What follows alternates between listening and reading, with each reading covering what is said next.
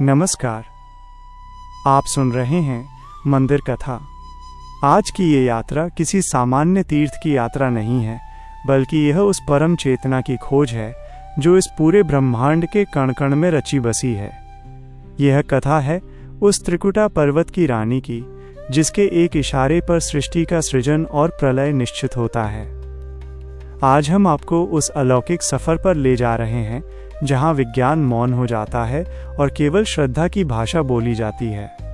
ये वो स्थान है जहां पहुंचने का रास्ता जमीन से नहीं, बल्कि माँ के दिल से होकर गुजरता है। लोग कहते हैं कि हम वैष्णो देवी जा रहे हैं, पर सत्य तो ये है कि माँ की मर्जी के बिना आप अपनी दहलीज से एक कदम बाहर नहीं रख सकते।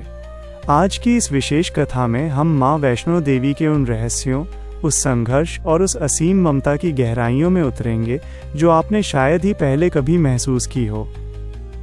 भक्तों, कहानी शुरू होती है उस कालखंड से जब ये धरती पाप के बोझ से कराह रही थी। असुरों का अत्याचार इतना बढ़ गया था कि देवताओं के सिंहासन डोलने लगे थे। तब परम शक्ति के 3 स्वरूपों महाकाली, महालक्ष्मी और महासरस्वती ने अपनी समस्त ऊर्जाओं को एक सूत्र में पिरोया। उस महामिलन से एक दिव्य तेज पुंज प्रकट हुआ जिसने एक छोटी कन्या का रूप धारण किया। ये कन्या कोई और नहीं, हमारी माँ वैष्णवी थी। इन तीनों देवियों ने माँ वैष्णवी को निर्देश दिया कि वे दक्षिण भारत में रत्नाकर सागर के घर जन्म लें और धर्म की स्थापना हेतु घोर तपस्या करें। कन्या रूप में माँ ने बचपन से ही ध्यान और साधना का मार्ग चुना। उनका लक्ष्य केवल राक्षसों का वध करना नहीं था, बल्कि मानवता को भक्ति का सच्चा मार्ग दिखाना था। उन्होंने प्रतिज्ञा की थी कि वे भगवान विष्णु के राम अवतार के साथ एकाकार होंगी, लेकिन उचित समय आने तक उन्हें त्रिकुटा पर्वत की कंदराओं में तपस्या करनी थी। अब जरा अपनी आंखें बंद कीजिए और कल्पना कीजिए उन ऊंचे ऊंचे हिमशिखरों की, जहां बादलों के बीच त्रिकुटा पर्वत सीना ताने खड़ा है। यह पर्वत 3 श्रृंगों वाला है, जो सतोगुण, रजोगुण और तमोगुण का प्रतीक है। इसी पर्वत पर माँ ने हजारों वर्षों तक गुप्त रूप से तपस्या की, लेकिन इस दिव्य तपस्या के बीच में एक काली छाया बनकर आया तांत्रिक भैरवनाथ। वो अपनी सिद्धियों के अहंकार में इतना अंधा था कि वो साक्षात जगत जननी को अपनी मुट्ठी में करने का दुस्साहस कर बैठा। भैरवनाथ ने जब माँ की सुंदरता और उनके चेहरे का तेज देखा तो उसके भीतर का राक्षस जाग उठा। वह माँ को पकड़ने के लिए पागल हो गया। यहीं से शुरू हुई वो लीला जिसे आज हम माँ का सफर कहते हैं। माँ वैष्णवी, जो चाहती तो एक पल में भैरवनाथ को भस्म कर सकती थी, उन्होंने उसे सुधारने का अवसर दिया। वे पहाड़ों की दुर्गम राहों पर आगे बढ़ती रहीं। जहां माँ पहली बार रुकी, वो स्थान चरण पादुका कहलाया। आज भी वहां पत्थर पर माँ के कोमल चरणों के निशान मौजूद हैं, जो इस बात का प्रमाण है कि माँ आज भी अपने भक्तों का मार्गदर्शन कर रही हैं। माँ आगे बढ़ीं और बाण गंगा के तट पर पहुंची। जब उनके वीर हनुमान को प्यास लगी तो माँ ने अपने धनुष से पृथ्वी पर बाण मारकर गंगा की एक धारा प्रवाहित कर दी। यह वो जल है जो आज भी हजारों वर्षों से अविरल बह रहा है और जिसमें स्नान करने मात्र से जन्म जन्मांतर के पाप धुल जाते हैं। कथा का सबसे रोमांचक मोड़ तब आता है जब माँ अर्धकुंवारी की गुफा में प्रवेश करती हैं।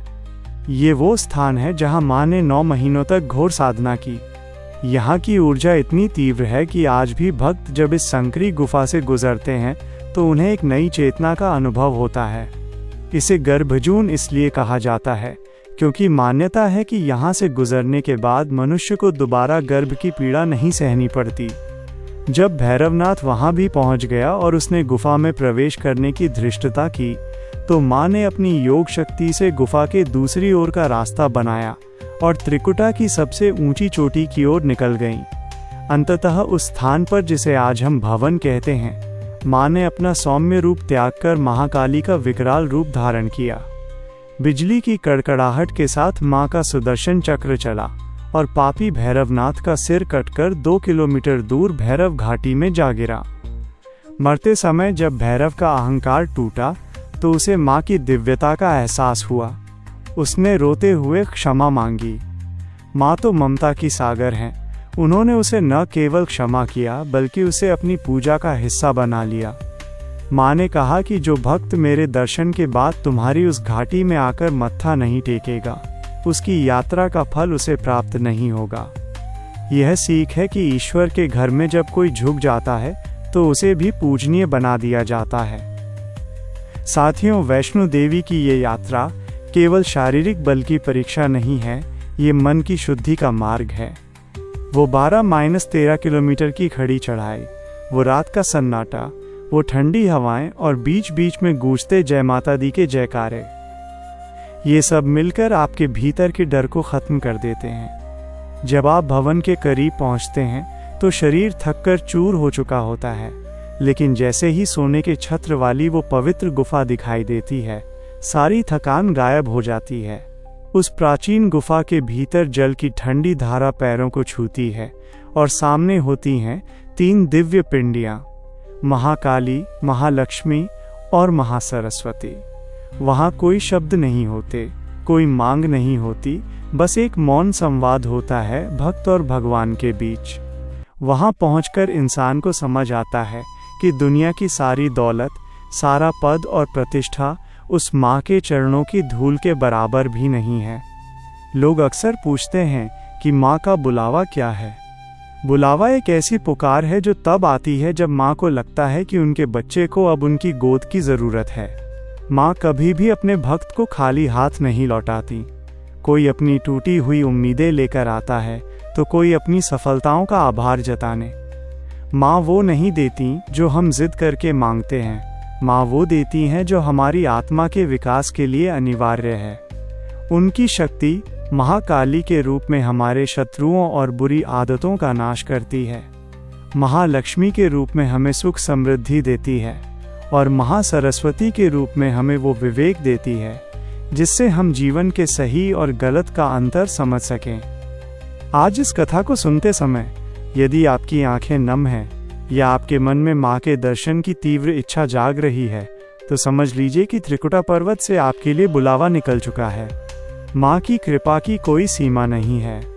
वे पहाड़ की चोटी पर बैठकर भी अपने हर बच्चे की सिसकी सुनती हैं। वे उस अंधेरे में भी आपके साथ खड़ी होती हैं जहां आपकी अपनी परछाई भी आपका साथ छोड़ देती है। ये विश्वास ही तो है जो हर साल करोड़ों लोगों को नंगे पैर उस कठिन चढ़ाई पर ले जाता है। तो चलिए आज इस कथा के समापन पर हम अपने भीतर के अहंकार को माँ के चरणों में अर्पित करें और उस असीम शांति का अनुभव करें जो केवल माँ के आंचल में मिलती है। एक बार पूरी श्रद्धा से पूरे ब्रह्मांड को हिला देने वाले स्वर में कहिए, प्रेम से बोलो जय माता दी। सारे बोलो जय माता दी। मैंने नहीं सुना, जय माता दी। माँ ही सुनेगी, जय माता दी। सदा सुखी रखेगी, जय माता दी।